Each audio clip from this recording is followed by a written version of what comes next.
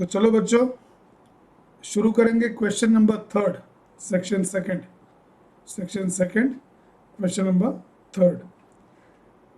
अभी एक बात तो पक्की कर लो कि भाई question number one seen passage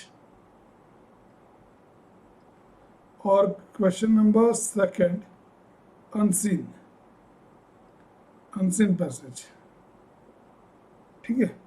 ये है लगभग 16 मार्क्स और ये है 18, ठीक है।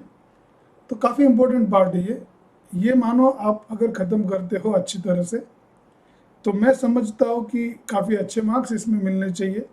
एवरेज भी अगर हम पकड़े तो 10 और यहाँ पे कम से कम 12, ठीक है। तो ये 12 मार्क और 10 मार्क तो एवरेज स्टूडेंट्स को मिलने चाहिए, और जो सही मायने में जिन्होंने पढ़ाई की है, जो जानते, तो मैं समझता हूँ कि they should get out of. इतना इजी ये पार्ट है, ठीक है। तो ये ख़त्म करने के बाद हम आते हैं क्वेश्चन नंबर 3 पे। क्वेश्चन नंबर 3 है सेक्शन सेकंड है। पहला सेक्शन तो ख़त्म हो गया ये वाला, अब आ गया क्वेश्चन ये सेक्शन सेकंड, ठीक है। थर्ड सेक्शन आपको पता है कि भाई राइटिंग स्किल्स है। तो इसमें अपने क्या करना है कि इसमें है पोएम, ठीक है। स्टांजास कुछ दिए हैं जो सीन है। देखो इसमें पोएट्री जो आ रही है ना तो सीन ही आएगी, इसमें अनसीन की कोई गुंजाइश नहीं है। ओके, सो अनसीन पोएम नहीं है, सीन पोएम है। तो मैं ये कहूँगा कि भाई जितने भी पोएम्स हैं ना आपके टेक्स्ट बुक में, उनके नाम और पोएट या तो पोएटेस, उनके नाम आप याद कर लो, ठीक है। एक 3-4 बार आप लिखते हो तो याद हो जाएगा, यानी पता होनी चाहिए कि भाई ये स्टांजा पर्टिकुलर, क्योंकि एग्जाम में जो पोएम आ रही है ना तो उसके टाइटल नहीं दे रहे हो, तो आपको पता होना चाहिए अप्रिसिएशन लिखने के लिए कि भाई टाइटल क्या है और उस पोएम को किसने कंपोज किया है, उस पोएट का नाम क्या है। हो सकता है तो उस पोएट के बारे में थोड़ी जानकारी भी हासिल करो, ठीक है, जो इंट्रोडक्शन में आपको दी है टेक्स्ट बुक में। तो चलो ये पोएम जब हम पढ़ते हैं ना तो हमें पता है कि ये जो पोएम है ये आ रही है song of the open road से, है ना, ठीक है ना। और ये लिखी गई है तो कंपोज की गई है अमेरिकन जो राइटर है वॉल्ट विटमन से, है ना, ही इज़ द पोएट। तो ये जो बेसिक जानकारी है ना ये तो होनी चाहिए ताकि अप्रिसिएशन आप जब लिखे ना तो ये आसान हो जाए। तो let us move towards the questions. तो इसमें क्या है कि pick out the two lines which describe the phrase good fortune. Okay, now there are so many lines in the poem that describes good fortune. Let us say this is the first line, okay, describes the good fortune. Then healthy and free the world before me, good fortune, ठीक है। And a long brown path before me leading wherever I choose. Okay, so I have a lot of freedom here, ठीक है। And here healthy free the world before me. How is the world? World is healthy, means this is the happy or pleasant scene or okay thought, okay. And here also afoot and light hearted. Here also the poet is calm and he is excited, no, confident, okay, that he is going on journey, because this is the poem, no, which is actually a journey, and is compared with life, no, compared with life. So this is why what I think these 3 lines are sufficient to write here. So that will be your answer. Straight away you write down those 2 lines here. तो इसमें क्या है कि भाई ये based है fact पे, तो आसानी से ये दोनों आंसर यहाँ पे आप लिख सकते हो, दोनों लाइनें, है ना, एक लाइन यहाँ पे एक लाइन यहाँ पे, ठीक है। आ जाओ सेकंड पे, ये अगर लिखोगे तो आसानी से ये 2 मार्क पक्के आपके। Still here I carry my old delicious burdens. Give reasons for this statement. थोड़ा कॉम्प्लेक्स है, पर इजी है। फिर आंसर कहाँ पर है? आंसर है फैक्ट बेसिस, पर थोड़ा सा पर्सनल भी है। आपको टेक्स्ट बुक यानी जो लाइंस दिए हैं उसको एक्सपांड करने पड़ेंगे, है ना। ये जो लाइन है उसको एक्सपांड करना है, समझो। ठीक है, तो इसका मतलब आप अगर जानते हो तो आप लिख सकोगे। लेट अस से कैसे लिखना है। Still here I carry my old delicious burden, give reasons for this statement. Okay, मान लो मैंने लिख दिया still here I carry my old delicious burdens. Okay, seems to reveals that the poet is very much attached to his past. He wished to carry all his memories along with him while on journey. Though he says it is burden, but it is pleasant burdens, है ना। Pleasant burden कभी pleasant नहीं होता। Delicious ये pleasant है, happy है, तो burden कभी प्लीजेंट नहीं होता। तो ये बर्डन नहीं है, ये एक यादें है जो हो सकता है कि पोएट को सुकून दे, खुशी दे। That's why it is a type of a paradox, no. And this is the way you should write it. Still here I carry, ये मैंने लिख दिया, थोड़ा सा पेपर भर जाएगा, बाद में उसको थोड़ा एक्सप्लेन कर दो कि भाई लगता है कि पोएट अपनी यादें खुद अपने साथ ले जाना चाहता है। वो ये भी समझता है कि ये यादें कुछ हद तक मुझे रोक सकती है, पर ये यादें भी ज़रूरी है जीने के लिए, है ना।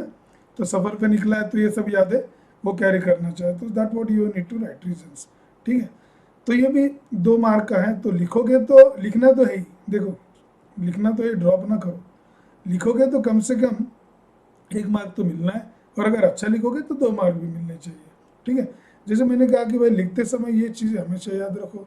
एक हैंड राइटिंग है, दूसरा स्पेलिंग है, तीसरा कैपिटल और स्मॉल लेटर है, चौथा फिर पंक्चुएशन मार्क है। ठीक है, पंक्चुएशन मार्क से बाद में हो सकता है ग्रामर थोड़ा सा, है ना। ये चीज़ें आप याद रखो, ओवर राइटिंग मत करो। ठीक है, ओवर राइटिंग नहीं करना है। मान लो कोई अगर बिलीव है तो मैंने इसको अभी तो से लिख दिया कि बिलीव को मैंने ऐसा लिख दिया, तो उसको ऐसे करके उसके बस इतना कर दो, काला करते मत बैठो, टाइम भी जाएगा और गंदा भी दिखेगा। ओके, तो क्वेश्चन नंबर 3, ये तो आना ही आना है, एक फिगर ऑफ स्पीच। सो ये 2 मार्क के लिए है। तो ये 2 मार्क कैसे है कि 1 मार्क है आइडेंटिफिकेशन के लिए, और दूसरा मार्क जो है वो एक्सप्लेनेशन के लिए। ठीक है, तो जैसे हमने पढ़ लिया the long brown path before me leading where. Okay, मैंने लिख दिया A3। हाँ, तो इसमें ये 2 फिगर ऑफ स्पीच बन सकते हैं। एक तो एलिट्रेशन, क्योंकि B sound of B repeat हुआ है ब्राउन में और बिफोर में, और दूसरा path is shown something which is leading. Okay, where path cannot lead, path में भी लॉन्ग में भी brown, but it cannot lead. So हो सकता है कि ये पर्सोनिफिकेशन भी हो, पर्सोनिफिकेशन। ठीक है, तो ये या तो ये दोनों में से एक लिखो, लिखने के बाद इसे एक्सप्लेन करना है। तो एलिट्रेशन अगर आप लिखते हो ना तो उसको एक्सप्लेन करो इस तरह से, sound of b is repeated in words brown and before for the better poetic effect, है ना। क्योंकि पोएटिक डिवाइस है, पोएटिक इफेक्ट। पर्सोनिफिकेशन अगर लिखते हो तो लिख दो कि भाई पर्सोनिफिकेशन पहले लिख दो, पर्सोनिफिकेशन, और बाद में लिख दो कि the way the path has been treated as if it is the living thing as it is shown to be leading. Okay, so this is what explanation is needed. एक मार्क आइडेंटिफिकेशन, एक mark explanation, ये कर देते हो तो ये 2 mark तो पक्के। ठीक है, आगे चलो। अभी गलती से क्या हुआ है बच्चों कि जो क्वेश्चन नंबर 4 है ना, ये किसी और पोएम से आया है, क्योंकि अगर आप ये देखोगे, इन्होंने पूछा है, देखो the rhyme scheme in the first answer is a b b, है ना, और सेकंड और थर्ड में कौन सी वो पता करो, और राइमिंग पेयर्स भी पूछे हैं। तो अगर हम पोएम अगर देखें तो इसमें तो राइम स्कीम है ही नहीं, जैसे पहले रोड है, डी साउंड है, मी है, चूज है ना, तो राइमिंग स्कीम इसमें नहीं है, ये फ्री वर्स है जिसमें स्पेसिफिक राइम पैटर्न नहीं है ना, मैटर नहीं है। ठीक है, तो मुझे लगता है कि वो जो क्वेश्चन है ना वो किसी और पोएम से रिलेटेड है, इसमें तो राइम स्कीम नहीं है। पोएम के देखो बच्चों 3 डिवाइसेस है ना, पोएटिक डिवाइसेस, इनके बारे में थोड़ा सा जान लो। पहला तो हमें बचपन से पता है कि भाई राइमिंग पेयर्स या तो फिर राइमिंग वर्ड्स, है ना, एग्जाम्पल, ओके, सिट, है ना, लिट, ठीक है नहीं, एग्जाम्पल, ओके। उसी तरह फिर दूसरा पोएटिक डिवाइस है राइम स्कीम। ठीक है, जैसे मैं बोलूँ कि भाई सिंग, रिंग, डन, सन, ठीक है, अभी ये जो है सेम साउंड है, तो ए, ये अलग साउंड है, बी, बी, तो राइमिंग स्कीम इस स्टैंजा की क्या हो गई, लास्ट वाले वर्ड कंसिडर करना है, राइमिंग स्कीम होगी ए बी बी। ठीक है, अगर है सिंग, डन, रिंग, सन, तो ये ए बी, राइमिंग स्कीम होगी ए बी, है ना, तो ये राइमिंग स्कीम है।